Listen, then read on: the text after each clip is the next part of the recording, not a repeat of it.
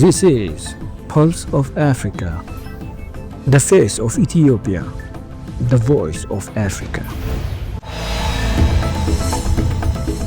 Hello viewers, you are watching Pulse of Africa. I'm Berka Cesar. We bring you the latest updates from around the globe and our top stories for today. Africa poised to lead global green industrialization with green hydrogen development. Kenya eases travel rules for most African nations. Air Senegal battles financial turmoil and operational challenges. Arab League reaffirms support for ceasefire and two-state solution in Gaza.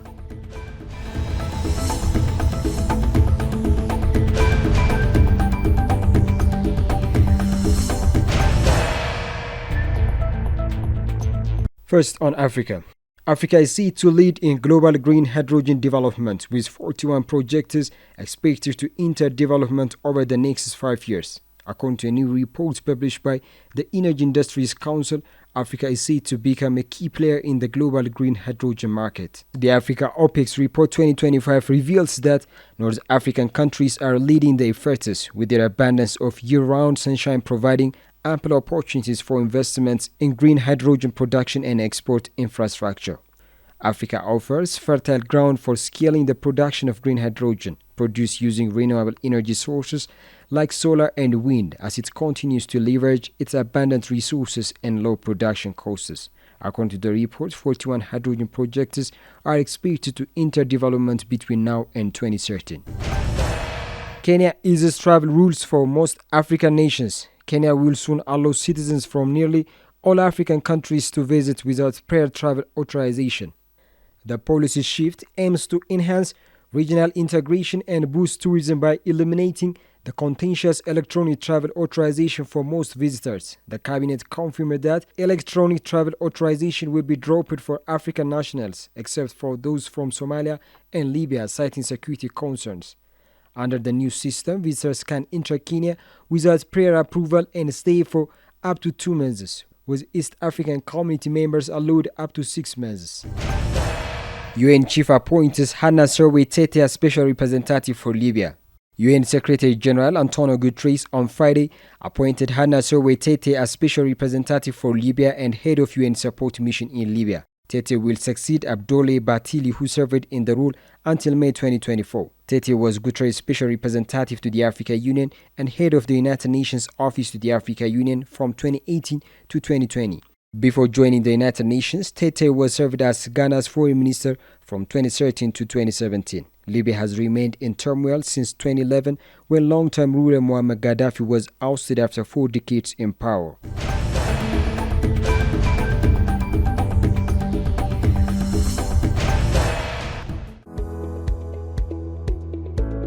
Ethiopia is my blood, your story and our identity, ornamented by centuries of sacrifice. The story of resurgent Ethiopia and burgeoning Africa is here, only on the Pulse of Africa channel, all the time. Pulse of Africa, the face of Ethiopia, the voice of Africa.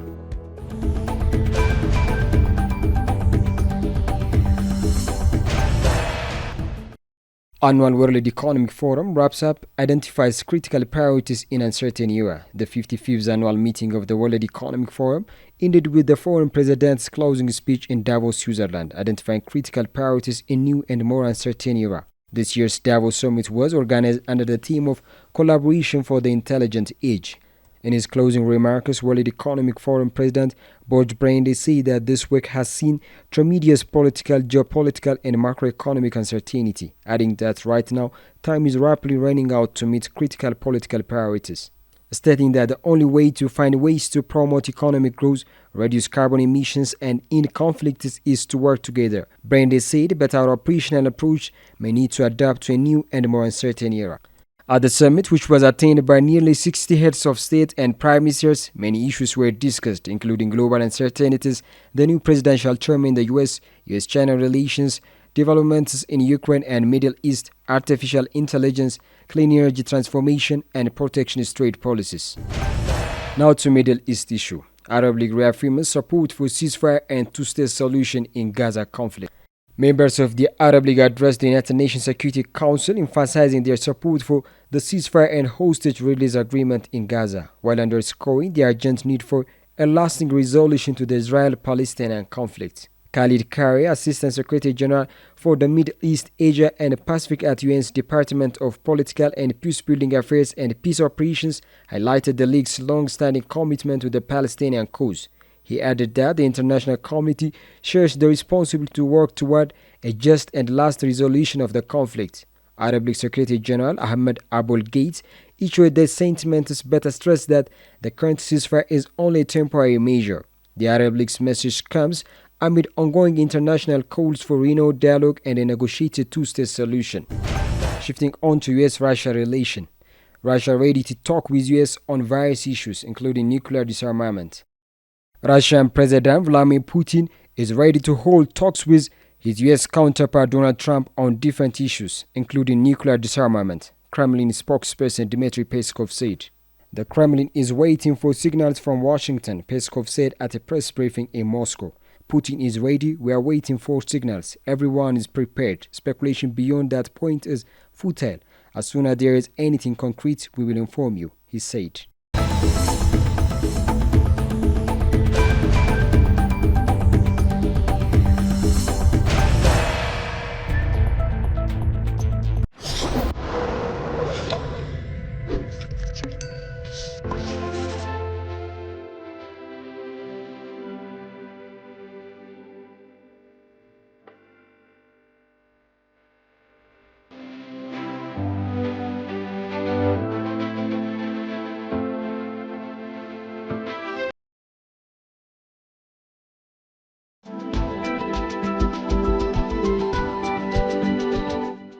Now to business news. Nigeria needs to double economic growth within a year or two, Finance Minister says.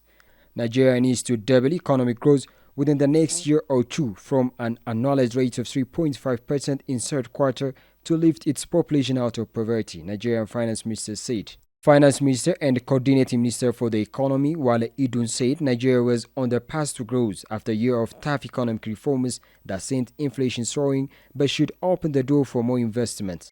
Nigeria has been trying to encourage private investment rather than rely on borrowing to create jobs as the government searches for a solution to sluggish growth, double-digit inflation and heavy debt burden. President Bola Tinubu has vowed to expand the economy by at least 6% a year, create jobs and unify the exchange rate while also tackling rampant insecurity. Central Bank Governor Oluyemi Cardoso on Thursday said he expected the economy to expand by 4.17 this year, driven by ongoing reforms and stabilizing inflation.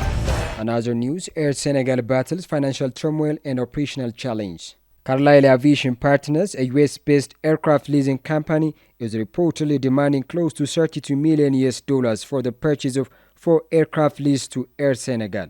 This demand comes despite Air Senegal having already paid $88 million since 2018.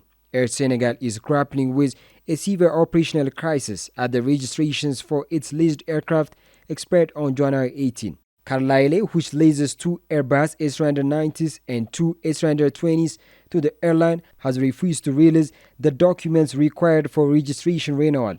Additionally, Carlyle has requested an immediate payment of $70.67 million, adding to the financial strain on the Senegalese national carrier. The situation is particularly challenging for Air Senegal as two of the leased aircraft have been grounded for an extended period.